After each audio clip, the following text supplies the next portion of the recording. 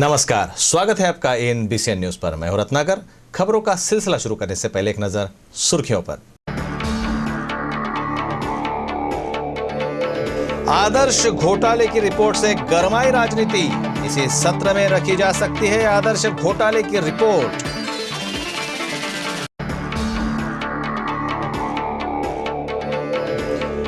सोमवार से धरने पर बैठी आंगनवाड़ी सेविकाओं की नहीं सुन रही है सरकार। विरोधी पक्ष नेता विनोद तावड़े ने बुधवार को सदन में मामला उठाने का दिया आश्वासन। और पृथक विदर्भ की मांग को लेकर आमरण अनशन कर रहे आशीष देशमुख का अनशन है जारी। अभी तक उनका हाल पूछने नहीं पहुंचा कोई भी विदर्भ का मंत्री। अब जानते हैं खबरों को विस्तार से। कई सालों से चल रहे आदर्श घोटाले के मामले पर मंगलवार को सरकार ने अपना पक्ष और रुख हाई कोर्ट में रखा है। सरकार आदर्श की जांच रिपोर्ट महाराष्ट्र विधानसभा के इसी शीतकालीन सत्र के दौरान सदन में रखेगी, जिससे यह साफ हो गया है कि नागपुर में चल रहे शीत सत्र में सरकार आदर्श घोटाले की पूरी जांच रिपोर्ट पेश करेगी। आदर्श की रिपोर्ट से एक बार फिर राजनीति गर्मा गई है।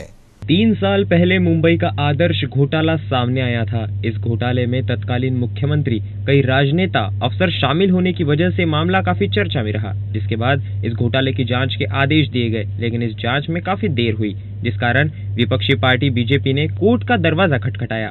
कोर्ट ने राज्य सरकार से जवाब मांगा था कि आखिर आदर्श घोटाले की रिपोर्ट विधानसभा में कब तक पेश की जाएगी, जिसके बाद कोर्ट में सरकार की ओर से बताया गया कि आदर्श घोटाले से जुड़ी पूरी रिपोर्ट इस सत्र में सदन में पेश की जाएगी। और सरकार ने नागपुर में चल रहे शीत सत्र के इसी सत्र में पेश करने की कोशिश बताई है। सरकार के इस घोटाले को विपक्ष में बैठी बीजेपी ने बड़ी गंभीरता से लिया और जांच की मांग की थी। यही नहीं, सरकार ने जांच की रिपोर्ट भी सार्वजनिक नहीं की, जिसे लेकर विपक्ष अदालत तक पहुंचा और आखिरकार सरकार ने रिपोर्ट को सदन में पेश करने की बात कही है। अब विपक्ष इस फैसले का स्वागत कर रहा है। Commission of Inquiries Act is very clear. Within 6 months of receipt of the report, the government has to place it before legislature. But just to cover up the corrupt practices, Chief Minister was not placing the report before the legislature.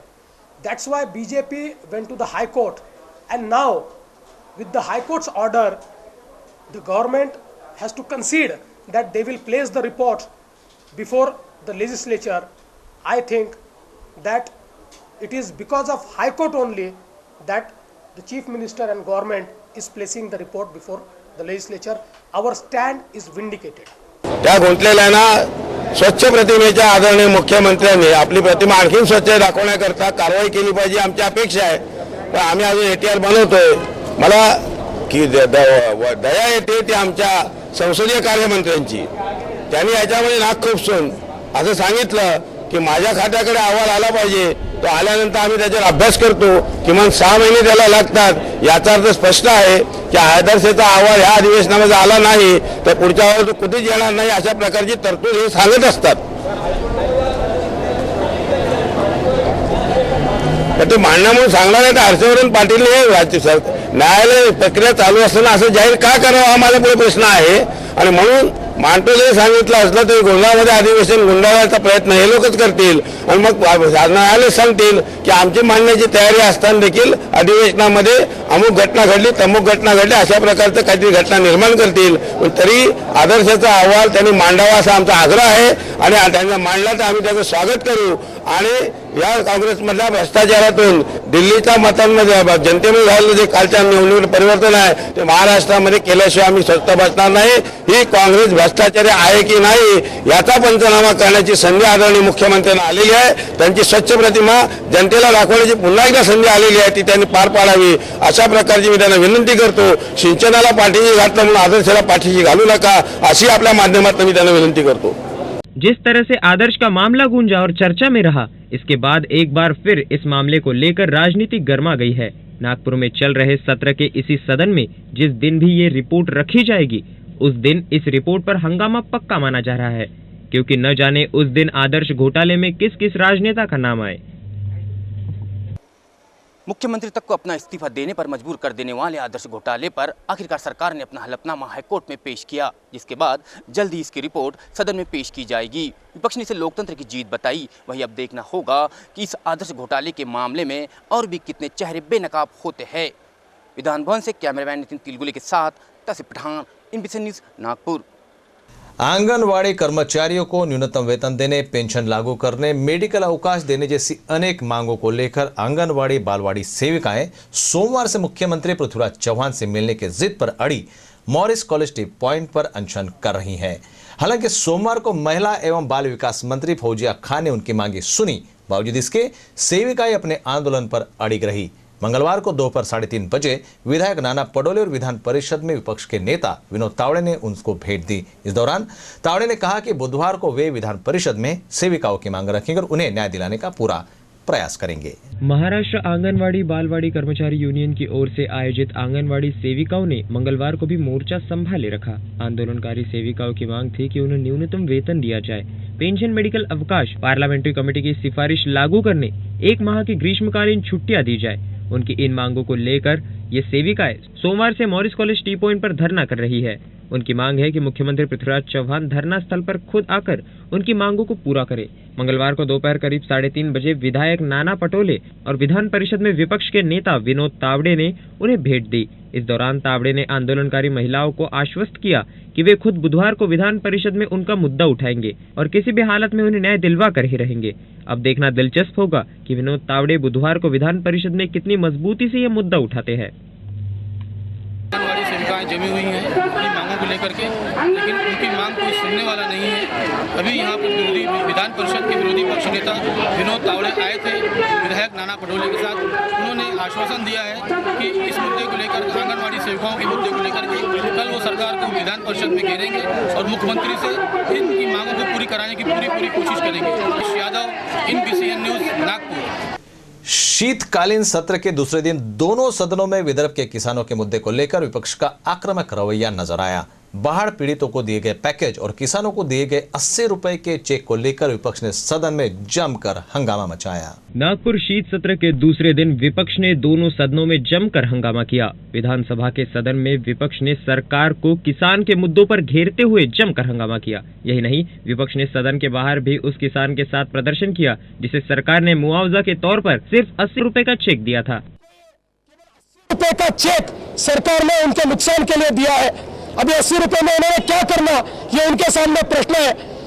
Akola जिले में 275 रुपए का, 225 रुपए का check दिया है, कई 40 रुपए का चेक दिया है। सरकार एक प्रकार से किसानों का मजाक बना रही है और आज किसानों की बड़े पैमाने पर जो आत्महत्या चल रही है, इस प्रकार से किसान का जब मजाक उड़ाया जाएगा तो वो ऐसी चीजें करने को प्रेरित होगा। और इसलिए हमारी मांग है कि इस प्रकार से किसानों की आत्महत्या के लिए सरकार के इस रवैये को जिम्मेदार ठहराते हुए उनके ऊपर 302 का गुना दाखिल होना चाहिए।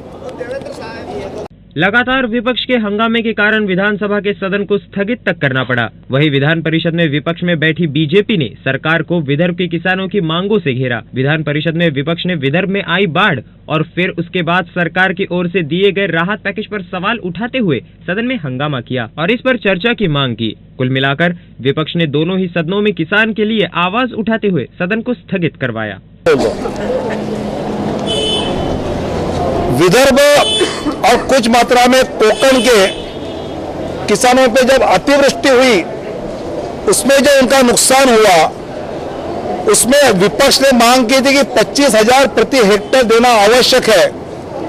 ऐसे में मुख्यमंत्री महोदय ने मात्र 5,000 प्रति हेक्टेयर इतनी घोषणा की और वो घोषणा के अनुसार 810 करोड़ रुपया किसानों को, 125 करोड़ 150 करोड़ रुपया जो घरों का नुकसान हुआ उसके लिए और 2,521 करोड़ रुपया कहीं सड़क गई, कहीं जिला ग्राम पंचायत का कार्यालय बह गया, इसे सार्वजनिक मालमत्ता के लिए, ऐसे पूरे मिलकर 3,481 करोड़ देना आवश्यक था।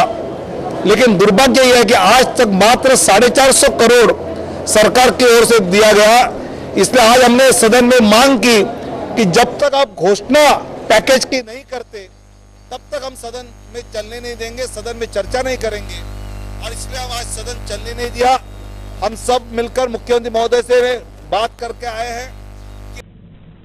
गौरतलब रहे कि विपक्ष ने 2 टूक शब्दों में कहा कि सरकार पहले किसानों के पैकेज की घोषणा करे, जिसके बाद चर्चा होगी, जिससे साफ अंदाजा लगाया जा सकता है कि विपक्ष सरकार पर लगातार दबाव बनाने की कोशिश कर रही है। कैमरामैन नितिन तेलुगुले के साथ तौसीफ पठान, NBC न्यूज, नागपुर। पृथक विदर्भ की मांग को लेकर आमरण अनशन कर रहे डॉक्टर आशीष देशमुख अपने अनशन पर डटे हुए हैं। डॉक्टर देशमुख का कहना है कि उनका अनशन तब तक शुरू रहेगा जब तक विदर्भ की मांग पूरी नहीं हो जाती। NBC न्यूज के प्रतिनिधि राकेश यादव ने डॉक्टर आशीष देशमुख से विदर्भ के मुद्दे पर खास बातचीत की। आइए देखते हैं एक झलक।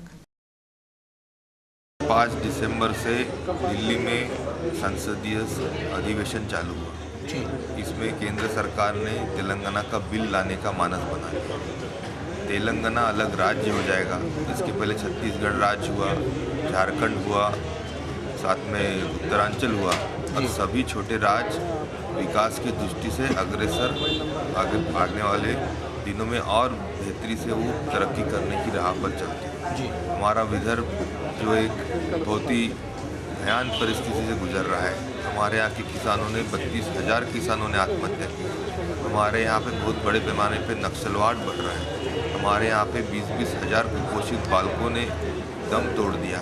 यही नहीं, हर घर में बेरोजगारी का पैमाना जो बढ़ रहा है, ये सब इसीलिए है कि महाराष्ट्र के राजनेताओं ने पिछले 53 सालों में विदर्भ के ऊपर अन्याय किया है, शोषण किया है। हमारे यहाँ इतने बड़े पैमाने पे बिजली होती है, हमारे यहाँ खनिज संपदा है। इतना ही नहीं, हमारे यहाँ जो बाकी की संपदा साधन सामग्री है, निश्चित तौर पे हमारे यहाँ विदर्भ प्रदेश ये एक साधन संपत्ति भरा प्रदेश है। हम इसमें सुख संपन्नता अपना सकते, हर घर में उन्नति ला सकते, पर इसके लिए हमें एक राह चलना होगा और वो एक राह है अलग विदर्भ राज्य की, पृथक विदर्भ राज्य की। निश्चित तौर पे पृथक विदर्भ राज्य अगर होता है तो हम सभी के उज्जवल भविष्य के लिए होगा, यहाँ के युवाओं के उज्जवल भविष्य के लिए होगा, यहाँ के किसानों के लिए उज्जवल भविष्य के लिए होगा। और मेरी दरखास्त है, मेरी विनती है केंद्र सरकार से कि उन्होंने तेलंगाना के साथ अलग विदर्भ राज्य बनाना चाहिए। और हमारे राजनेता जिनमें सिंसियरिटी, डेडिकेशन और जो त्याग की नकली डॉक्टर की ओर से किए गए उपचार का खामियाजा एक गरीब बेकसूर शख्स को भुगतना पड़ा। बेरहमी से किए गए इस उपचार से 28 वर्षीय अश्विन देशभ्रतार नामक युवक की मौत हो गई। कलमना पुलिस ने मामला दर्ज कर आरोपी डॉक्टर को गिरफ्तार कर लिया है। नकली डॉक्टर की ओर से किए गए उपचार का खामियाजा एक गरीब बेकसूर शख्स को भुगतना पड़ा। बेरहमी से किए गए इस उपचार से अश्विन देशभ्रतार नामक 28 साल के शख्स की मौत हो गई। मिली जानकारी के अनुसार गृहलक्ष्मी नगर निवासी अश्विन अपने पत्नी, मां और 4 महीने के बेटे के साथ रहता था।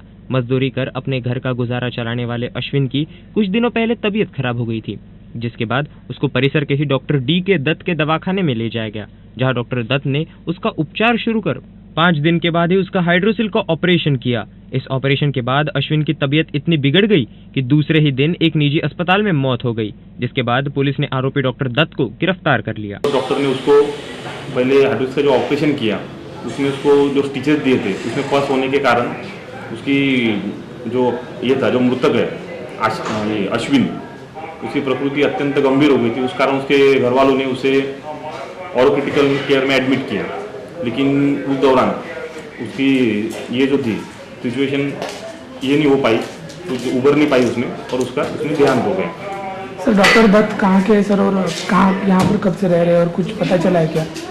डॉक्टर दत्त ये जो लड़का है जो अपने को D.K. दत्त करके इसके क्लिनिक पे राधा कृष्ण क्लिनिक वगैरह लिखा था, तो ये बंदा अपना वेस्ट बंगाल का है प्रॉपर और 6-7 दिनों से भांडेवाड़ी परिसर में रह रहा था। तो कुछ और लोगों की इलाज वगैरह किया होगा, ऐसा कुछ आया अपने पास? इसने पहले 2-3 लोगों की इलाज किया, लेकिन उसमें वो सक्सेसफुल रहा, नॉर्मल गोली वगैरह देता था, उसमें कोई प्रॉब्लम हुआ नहीं। अभी क्या कार्रवाई करने वाले सर? इसके ऊपर अपन ने कल्पेबल होमिसाइड का ये गुना दाखिल किए है। अश्विन की मौत से उसके परिवार पर गहरा सदमा पड़ा है। उसकी मां ने बताया कि अश्विन के उपचार को लेकर डॉक्टर दत्त ने उसके परिवार को बेहद परेशान किया। इतना ही नहीं, उसके ऑपरेशन के दौरान किसी को अस्पताल में आने की अनुमति तक नहीं दी। ऑपरेशन होने के फौरन बाद ये डॉक्टर करीब आधे किलोमीटर तक अश्विन को पैदल लेकर गया और बाद में अपनी गाड़ी पर बिठाकर उसे उसके घर छोड़कर आया। एका दमानं कशानं चिरे मारले कशानं नाही हे भी मालूम नाही। हा तडपत असत तर त्याच्या तोंडावर पट्ट्या बांधल्या, त्याच्या तोंडावर पट्ट्या बांधून शानी त्याला काय दबाव दिला काय नाही। माझ्या मुलाला नागोबाचं मंदिर आहे त्याच्या क्लिनिक पासून तिथपर्यंत आतमधून बाहेरपर्यंत त्या मंदिरपर्यंत पायदळ। अश्विन की शादी को महज 1.5 साल हुआ है और उसका 4 महीने का बेटा भी है। इस वारदात को लेकर अश्विन की पत्नी ने बताया कि डॉक्टर दत्त ने अश्विन का ऑपरेशन एक खटिया पर किया। इस ऑपरेशन के दौरान अश्विन के पेट और कमर पर अवजार से कई निशान बनाए और टाके भी लगा दिए, जिसके बाद उसने अश्विन को घर छोड़ दिया। घर में जाने के बाद भी इस डॉक्टर ने अश्विन को एक इंजेक्शन दिया, जिससे अश्विन के पांव ढीले पड़ गए। इस नकली डॉक्टर की ओर से अश्विन का किया गया ऑपरेशन इतना भयानक था कि अश्विन को खिलाया गया सारा भोजन उसकी अतड़ियों से बाहर गिरने लगा था। इस डॉक्टर ने अश्विन के परिजनों को बताया कि अश्विन को मेयो अस्पताल में दाखिल कराए और साथ में यह भी कहा कि इस ऑपरेशन के बारे में पूछने पर बताए कि अश्विन का ऑपरेशन मध्य प्रदेश में हुआ है। डॉक्टर आमच्या घरी येऊन चेकअप करत होता, पूर्ण 0 BP होऊन गेली होती। तो म्हणत होता 220 BP आहे म्हणे। माझा देर म्हणे इतकी अशी कशी, इथं तर 0च दाखवत आहे म्हणे, का पागल समजत आहे का म्हणे तुम्ही म्हणे। तो का म्हणत होता नाही म्हणे, तुम्हाला काही कळत नाही म्हणे त्याच्यातला, डॉक्टर तुम्ही या का आम्ही म्हणे, आम्ही देवता आहो म्हणे, आम्ही जीव वाचवू शकतो म्हणे त्याचा म्हणे।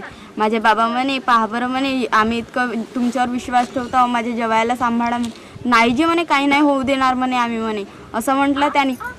मग आला तो थोड्या वेळानंतर, मग म्हणे मी फोन केला त्याला, म्हटलं इतका त्रास होत आहे म्हणलं, तुम्ही काहून नाही लक्ष देत म्हणलं। ऑपरेशन केलं म्हणे, काही खिलोना झाला आहे का म्हणे, समजत नाही म्हणे तुम्हाला म्हणे, नव्हतं समजत तर माझ्या दवाखान्यामध्ये नव्हतं आणायला पाहिजे म्हणे।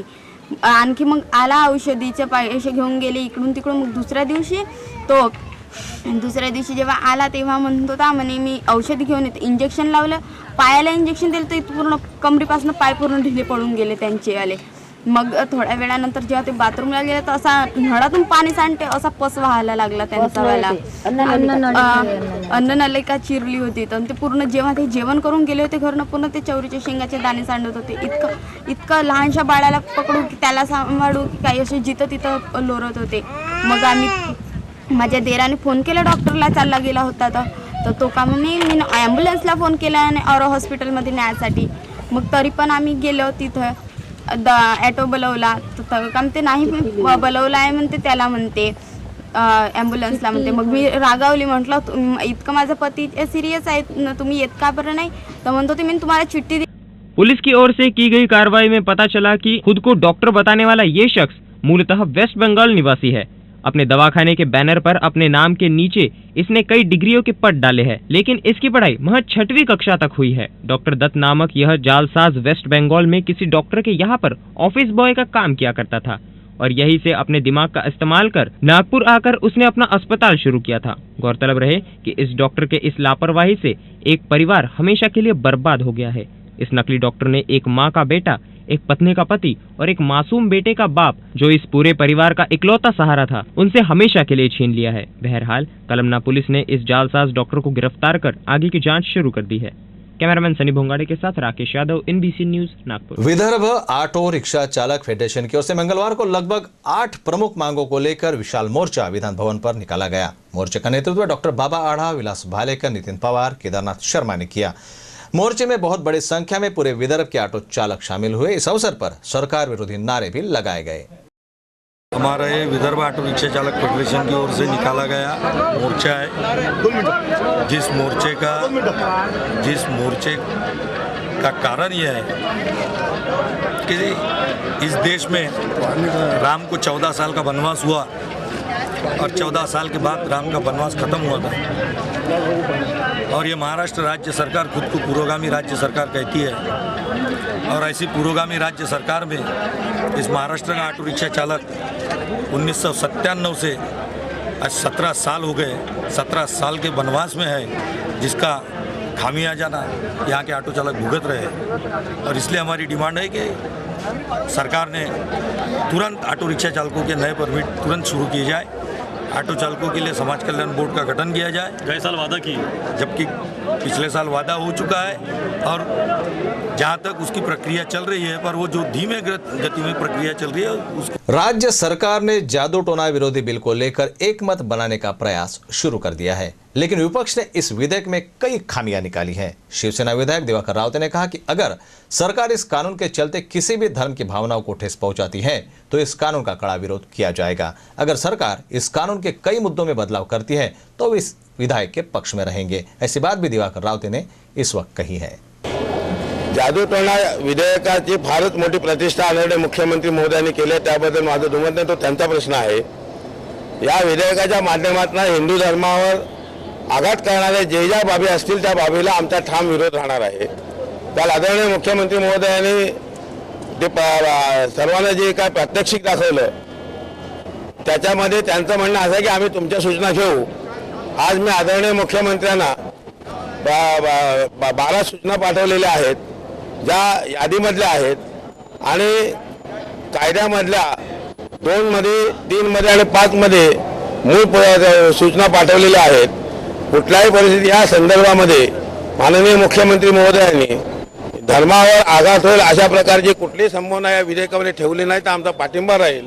अन्यथा छुपा मार्गातून जे पटलावर येईल त्याच्यामध्ये तसं असेल तर त्याला कडाडून विरोध केला जाईल. आणि माननीय मुख्यमंत्र्यांना माझी एवढीच विनंती आहे की अशा प्रकारच्या विधेयकावर पूर्ण चर्चा करायची आम्हाला संधी तर मिळालीच पाहिजे, तो आमचा अधिकार आहे. पण मला खात्री आहे त्या संदर्भातलं आमचं विवेचन ऐकल्यानंतर मुख्यमंत्री असा हट्ट धरतील असं मला वाटत नाही.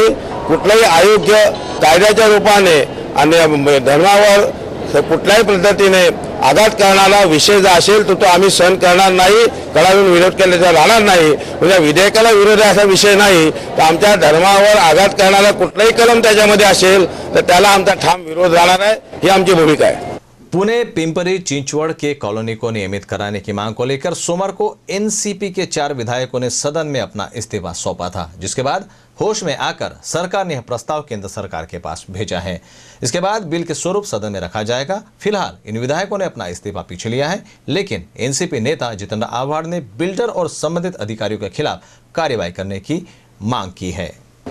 नवीन येणारा बिल्डर आणि म्युनिसिपालिटीच्या अधिकाऱ्यांच्या संगनमताने 11/12/1986 रोजी कॅम्पा कोलाचं संपूर्ण प्रकरण रेग्युलराइज करण्यासाठी पेनल्टी लावण्याचं पत्र मी इथे दाखवतोय.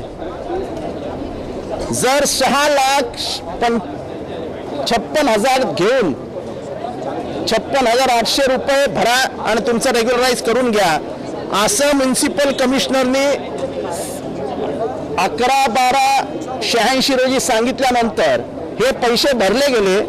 इथे भरलेल्या पैशांची तारीख देखील आहे आणि त्याच्यानंतर 11 लाख रुपयावर पेनल्टी गेली. पण प्रश्न एवढाच उरतो की ज्या कॅम्पा कोलाचं रेग्युलरायझेशन 86 साली झालं होतं ती कागदपत्र कोर्टापुढे का गेली नाहीत, शासनापुढे का आणली नाहीत. जर रेग्युलरायझेशनची प्रक्रिया पूर्ण झाली होती, रेग्युलरायझेशनला मान्यता देणार होती तर कॅम्पा कोला तुम्ही पाडू शकत नाही. कॅम्पा कोलांच्या रहिवाशांवरती हा अन्याय आहे आणि याच्यामध्ये महापालिकेचे वरिष्ठ अधिकारी हे तेथील बिल्डर बरोबर संगनमताने हे सगळं करतायत. हे स्पष्ट पुरावे मी या ठिकाणी सादर करतोय. सरदार वल्लभ भाई पटेल राष्ट्रीय स्मारक समिति की ओर से आगामी 15 दिसंबर को रन फॉर यूनिटी दौड़ का आयोजन किया गया है. यह दौड़ सरदार वल्लभ भाई पटेल चौक घाट रोड से सुबह 7 बजे शुरू होगी. ऐसी जानकारी पत्र परिषद में सांसद अजय संचेती ने दी. किसान खेती का जो औजार होता है उसका एक प्रतीकात्मक स्वरूप जो लोहे का टुकड़ा है, चाहे फिर वो हल का हो, चाहे बैलगाड़ी का हो या कोई भी और औजार हो, उसको लेकर के हमको वहाँ पे वो लोहा भेजना है 5 लाख, जिसको सारा एक जगह करके उसको पिघला कर सरदार वल्लभ भाई की जो दुनिया की सब में ऊंची प्रतिमा बनने जा रही है उसमें उस लोहे का उपयोग किया जाएगा. वो जो मिट्टी आएगी, इंडिविजुअल बॉटल्स एक एक जगह से कलेक्ट होके वो कहाँ से आई है उसका उस पर नाम रहेगा. उसमें पीछे शायद कुछ लोगों ने, अगर हमारी गुजरात की वरिष्ठ मंत्री श्रीमती आनंदीबेन पटेल आई थी, उन्होंने इसकी कल्पना, कुछ लोगों को शायद इसकी जानकारी मिली होगी. मैं फिर से साइलेंटली उसको कुछ के जो ब्रीफ पॉइंट्स है सिर्फ उतने रिपीट कर देता हूँ. मैं सरकार पर किसानों के साथ अन्याय करने का आरोप लगाते हुए बीजेपी के खिलाफ नाना पटोले ने शीत सत्र का कार्यकाल 4 सप्ताह तक करने की मांग की है. इस बीच नाना पटोले ने कहा कि मौजूदा सरकार के तय समय में विदर्भ की समस्याओं पर चर्चा नहीं होती है. विदर्भ का मुद्दा आते ही सरकार चर्चा करने से इनकार कर देती है. पिछले कई सालों से विदर्भ में किसानों की आत्महत्याओं का दौर बदस्तूर जारी है. ऐसे में इस वर्ष अतिवृष्टि ने विदर्भ पर इतना कहर बरसाया कि विदर्भ के किसानों की कमर ही टूट गई. सरकार ने विदर्भ का दौरा कर विदर्भ के किसानों के लिए राहत पैकेज की घोषणा की, लेकिन अब तक किसानों के झोली में कुछ भी नहीं गिरा। महाराष्ट्र राज्य अधिवेशन नागपुर में शुरू हो चुका है, लेकिन विदर्भ के मुद्दों पर अब तक शुरुआत नहीं हुई है। विदर्भ के साथ सरकार का सौतेला रवैया हमेशा ही नजर आ रहा है, लेकिन इस बार विदर्भवादी और विपक्ष विदर्भ को लेकर आक्रामक है। बीजेपी विधायक नाना पटोले ने शीतकालीन सत्र का कार्यकाल 4 सप्ताह का करने की मांग की है। में अधिवेशन हो रहा है और नागपुर के करार के आधार पर यह अधिवेशन यहाँ पे होना चाहिए, ये मांग हमने आज विधानसभा में की है। विधानसभा के अध्यक्ष ने सरकार ने इसमें की भूमिका स्पष्ट करना चाहिए ऐसे निर्देश वहाँ पे दिए। सरकार बार बार विदर्भ के किसानों को, विदर्भ के गरीबों पर, विदर्भ के बेरोजगार पर अन्याय करती है और कम से कम समय का अधिवेशन लेके यहाँ से भागने की कोशिश करती है। निश्चित रूप से सरकार को हम ये 4 हफ्ते का कम से कम अधिवेशन यहाँ पे होना चाहिए, ये मांग हमने आज सभागृह में की है। और इस बार जो जून से सितंबर तक अतिवृष्टि हुई है, जिसमें किसानों का, गरीबों का और विदर्भ का बड़ा नुकसान हुआ है, वो नुकसान की भी चर्चा विधानसभा में होना चाहिए और उसके लिए समय बढ़ना चाहिए, ये मांग हमारी है। नाना पटोले ने कहा कि अगर इस बार भी सरकार ने विदर्भ के साथ न्याय नहीं किया तो सरकार को आगामी चुनाव में इसका असर दिखाई देगा। बहरहाल विपक्ष लगातार सरकार पर दबाव बनाकर विदर्भ के मुद्दों को प्राधान्य देने में कोई भी कसर नहीं छोड़ रहा है। कैमरामैन नितिन तेलगुले के साथ Tausif Pathan, NBC news Nagpur. OBC विद्यार्थियों को उच्च शिक्षा के लिए राज्य शासन की ओर से दी जाने वाली शिष्यवृत्ति बंद करने की तैयारी शासन ने की है, जिसमें पुनर्विचार कर पुनर्मूल्यांकन करने के लिए डॉक्टर जयंत भाटिया कमेटी रद्द कर दी जाए, ऐसी मांग विधायक विजय वडेट्टीवार ने सभागृह में की। पिछड़े वर्ग के विद्यार्थियों को छात्रवृत्ति देते व भाटिया समिति को बर्खास्त करने की मांग पूर्व मंत्री विजय वडेट्टीवार ने की है। उन्होंने सरकार के इस फैसले को विद्यार्थियों के भविष्य के साथ खिलवाड़ बताया। साथ ही उन्होंने कहा कि पिछड़े वर्ग के हजारों विद्यार्थी उच्च शिक्षा हासिल करने से वंचित हो जाएंगे। महाराष्ट्रातील 16 लाख ओबीसी विद्यार्थ्यांच्या शिष्यवृत्तीच्या संदर्भातला प्रश्न होता। या 16 लाख विद्यार्थ्यांना हायर एज्युकेशन म्हणजे 12वी नंतर ज्या उच्च शिक्षणासाठी ही स्कॉलरशिप दिला जात होती, त्यामध्ये मेडिकलचा विद्यार्थी असेल, इंजिनिअरिंगचा विद्यार्थी असेल आणि उच्च शिक्षणासाठी परदेशात जाणारा विद्यार्थी असेल, या सर्व विद्यार्थ्यांना जवळपास 850 कोटी रुपये राज्य सरकारच्या तिजोरीतून या ओबीसी विद्यार्थ्यांवर खर्च होणार होते। परंतु मधामध्ये राज्य सरकारने भाटिया जे आता निवृत्त मुख्य सचिव आहेत त्यांच्या अध्यक्षतेखाली आणि इतर 10 सनदी अधिकाऱ्यांच्या उपस्थितीमध्ये एक बैठक आणि एक कमिटी स्थापन केली। त्यामध्ये ओबीसीच्या शिष्यवृत्तीच्या संदर्भात फेरविचार व्हावा, पुनर्मूल्यांकन व्हावं अशा प्रकारच्या समितीला अधिकार दिला। याचाच अर्थ असा होता की ओबीसीच्या 16 लाख विद्यार्थ्यांच्या शिष्यवृत्ती बंद करण्याचा प्रयत्न शासनाकडून सुरू होता काय अशी शंका अनेकांना मनामध्ये उपलब्ध झाली आणि अशा परिस्थितीमध्ये आम्ही विधान भवन परिसर में सोमवार को पत्रकारों से चर्चा के दौरान वडेट्टीवार ने बताया कि इस मुद्दे को लेकर मुख्यमंत्री पृथ्वीराज चौहान व सामाजिक न्याय मंत्री शिवाजीराव मोघे से भी भेंट की। चर्चा के दौरान बताया गया कि छात्रवृत्ति बंद कर जाने से पिछड़े वर्ग के विद्यार्थियों को काफी नुकसान होगा, खासकर ग्रामीण क्षेत्रों के विद्यार्थियों को। वर्ग के विद्यार्थी छात्रवृत्ति के बल पर आज बेहतर उच्च शिक्षा हासिल कर रही हैं। NBC न्यूज के लिए कैमरा पर्सन नितिन तेलगुले के साथ रूपा पंडित की रिपोर्ट।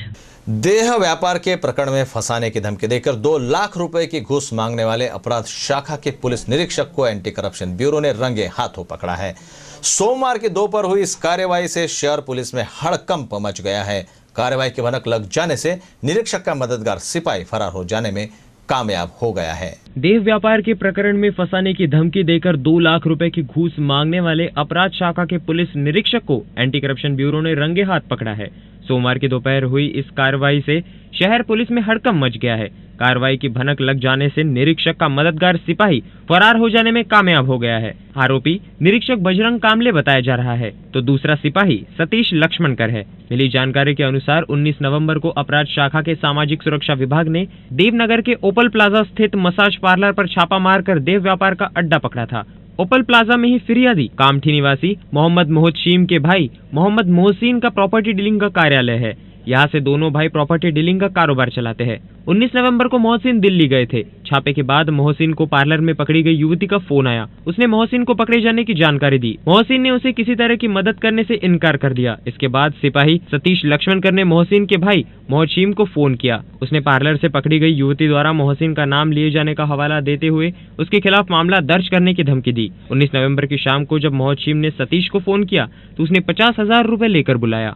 मोहसिन ने मोहसिन को अपना मित्र बताते हुए कहा कि उसके दिल्ली से आने के बाद ही रुपए का प्रबंध हो सकता है। इस पर सतीश ने रुपए नहीं लाने पर घर पहुंचने की चेतावनी दी। यह सुनकर मोहसिन 20,000 रुपए लेकर अपराध शाखा कार्यालय पहुंचा। उसने कार्यालय के नीचे कामले तथा सतीश को रुपए सौंप दिए। इसके बाद से सतीश मोहसिन को देह व्यापार में आरोपी नहीं बनाने के बदले में 2 लाख रुपए मांगने लगा। सतीश के लगातार धमकाए जाने से चिंतित होकर 27 नवंबर को मोहसिन ने अदालत से अंतरिम जमानत हासिल कर ली। मोहसिन के इस कदम से कामले और सतीश आग बबूला हो गए। उन्होंने मोहसिन को धमकाते हुए गंभीर परिणाम भुगतने की चेतावनी दी। इन दोनों ने मोहसिन को जमकर गालियां भी दी। सतीश ने खुद को बचाने के बदले में 2 लाख रुपए देने को कहा। मोहसिन द्वारा रुपयों का प्रबंध करने में असमर्थता जताए जाने पर सतीश ने उसे कामले से बात करने को कहा। इसके बाद मोहसिन ने एसीबी कार्यालय पहुंचकर शिकायत दर्ज कराई। एसीपी अधीक्षक निशीध मिश्र ने बेहद गोपनीयता बरतते हुए वर्धा के दल को ऑपरेशन सौंपा, जिसके बाद इस कार्रवाई को अंजाम दिया गया। बहरहाल शीत सत्र के पहले ही दिन अचानक हुई इस कार्रवाई से पुलिस विभाग में खलबली मच गई है। कैमरामैन सनी भोंगाड़े के साथ राकेश यादव, NBC न्यूज, नागपुर। 4 राज्यों के विधानसभा चुनाव में बेहद निराशाजनक प्रदर्शन के बाद कांग्रेस को करारा झटका लगा है। इस झटके के बाद संघर्ष की राजनीति भी शुरू हो गई है। इस दौरान कांग्रेस प्रदेशाध्यक्ष माणिकराव ठाकरे ने भी कांग्रेस की हार को मान्य किया। 4 राज्यों में मिली हार के बाद कांग्रेस के बैकफुट पर जाने का राकापा पूरा फायदा उठाने का प्रयास कर रही है। राकापा चाहती है कि वह मौके का फायदा उठाकर कांग्रेस पर हावी हो जाए। पार्टी इसी कड़ी में मांग कर रही है कि कांग्रेस उसे लोकसभा चुनाव की 48 में से 22 सीटों पर लड़ने का मौका दे। बहरहाल राकापा अध्यक्ष शरद पवार द्वारा ब्लॉक पर कांग्रेस नेतृत्व पर निशाना साधने के बाद राकापा के अन्य नेता भी मुखर हो गए हैं। हालांकि वे रिकॉर्ड पर बोलने को तैयार नहीं। इधर कांग्रेस के प्रदेशाध्यक्ष माणिकराव ठाकरे का कहना है कि 4 राज्यों में मिली हार का महाराष्ट्र की राजनीति पर कोई असर नहीं होगा। यामध्ये काही चुका आमच्या भविष्यात झाल्या असतील त्या आम्हाला दुरुस्त करावे लागेल, आत्मचिंतन आम्हाला करावं लागेल, काही मोठ्या प्रमाणामध्ये तशा प्रकारचे निर्णय आम्हाला घ्यावे लागतील आणि जनतेच्या कुठल्या बाबी आम्ही करू शकलो नाही की कुठल्या याच्यामध्ये आम्ही कमी पडलो आहोत ते दुरुस्त करण्याचं काम आम्हाला करावं लागेल आणि ते काम राष्ट्रीय स्तरावरून तशा प्रकारच्या हातामध्ये घेतल्या जाईल हे आमच्या नेतृत्वाने स्पष्ट केलेलं आहे, हे आपल्या सर्वांना माहिती आहे।